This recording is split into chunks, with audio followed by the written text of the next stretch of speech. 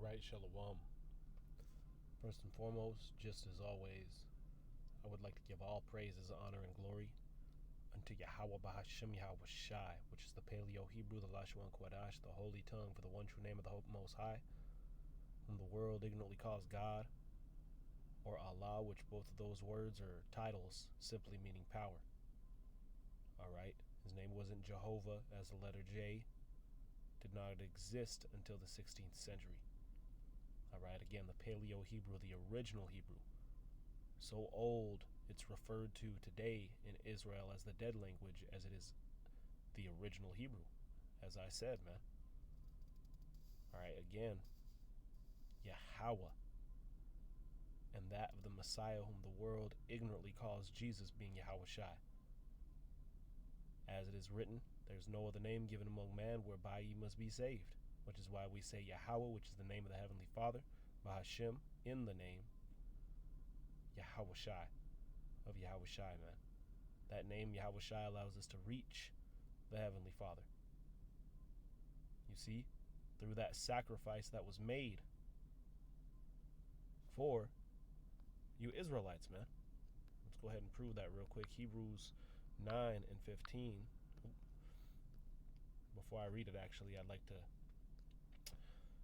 give double honors unto the elders at GMS Great Millstone, and a sincere peace, love, blessing, salutations unto all those of you hopeful and faithful Israelites who have been called and who are doing the best to make the calling of your election sure. Lord willing, this be edifying. All right. And again, this is Hebrews 9 and 15. It says, and for this cause he is the mediator of the New Testament, that by the means of death, for the redemption of the transgressions that were under the first testament, they which are called might receive the promise of eternal inheritance. You see? So the mediator, right? The mediator being who? The mediator of the New Testament being the Messiah, whom the world ignorantly calls Jesus, his true name being Yahweh Shai. It says that by the means of death, so he died, right? For the redemption, so to redeem of the transgressions, the sins that were under the first testament. Who were under the first testament? You Israelites, man.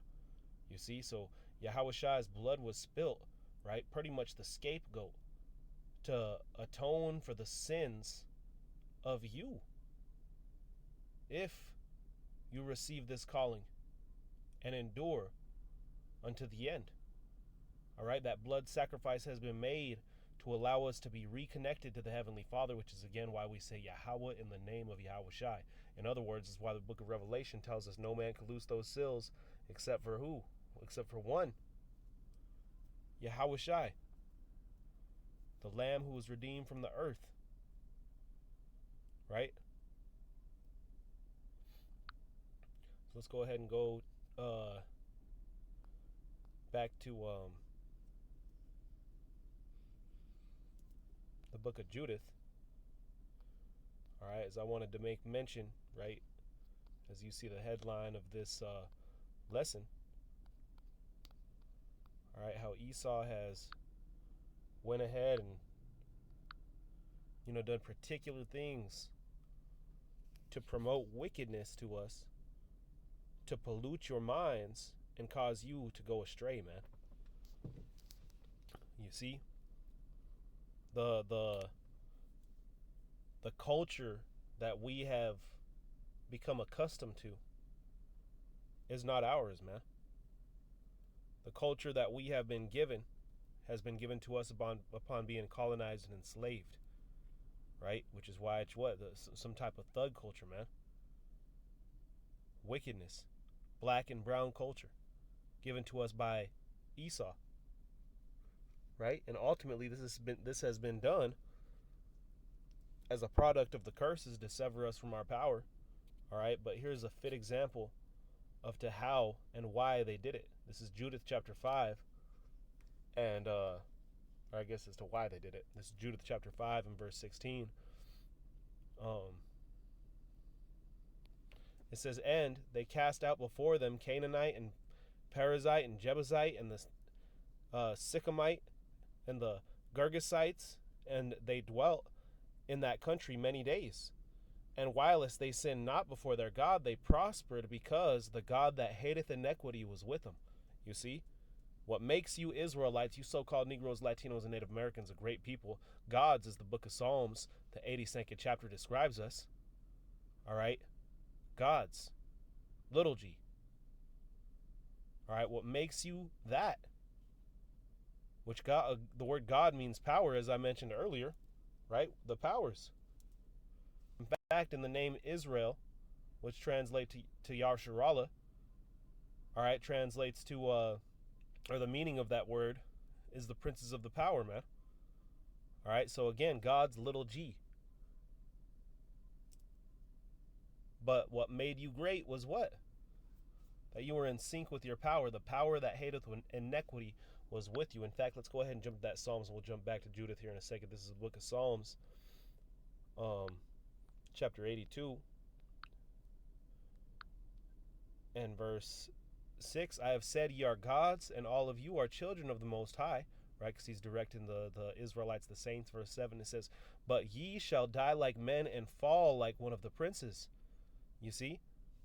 But you've been put in a state of what? The curses, man.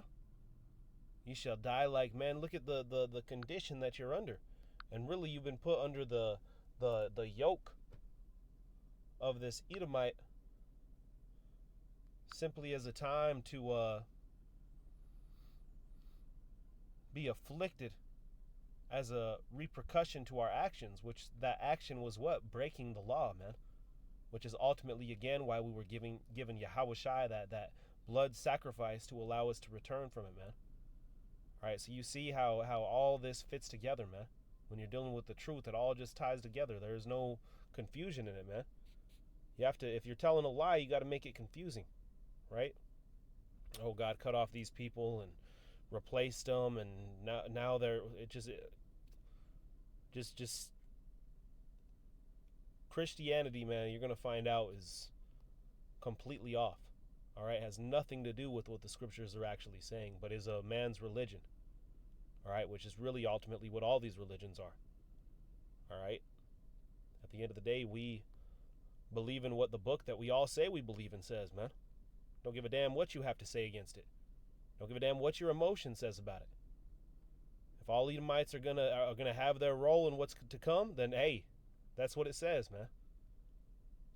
If Esau is going to be destroyed, Esau is going to be destroyed. If the 2/3 are going to be destroyed, the 2/3 are going to be destroyed, man. Verse Judith chapter 5 and verse 18, it says, but when they departed from the way which he appointed them, they were destroyed in many battles, very sore, and were led away captives into a land that was not theirs, and the temple of their power was cast to the ground, and their cities were taken by the enemies. But now are they returned to their power, right? Because this is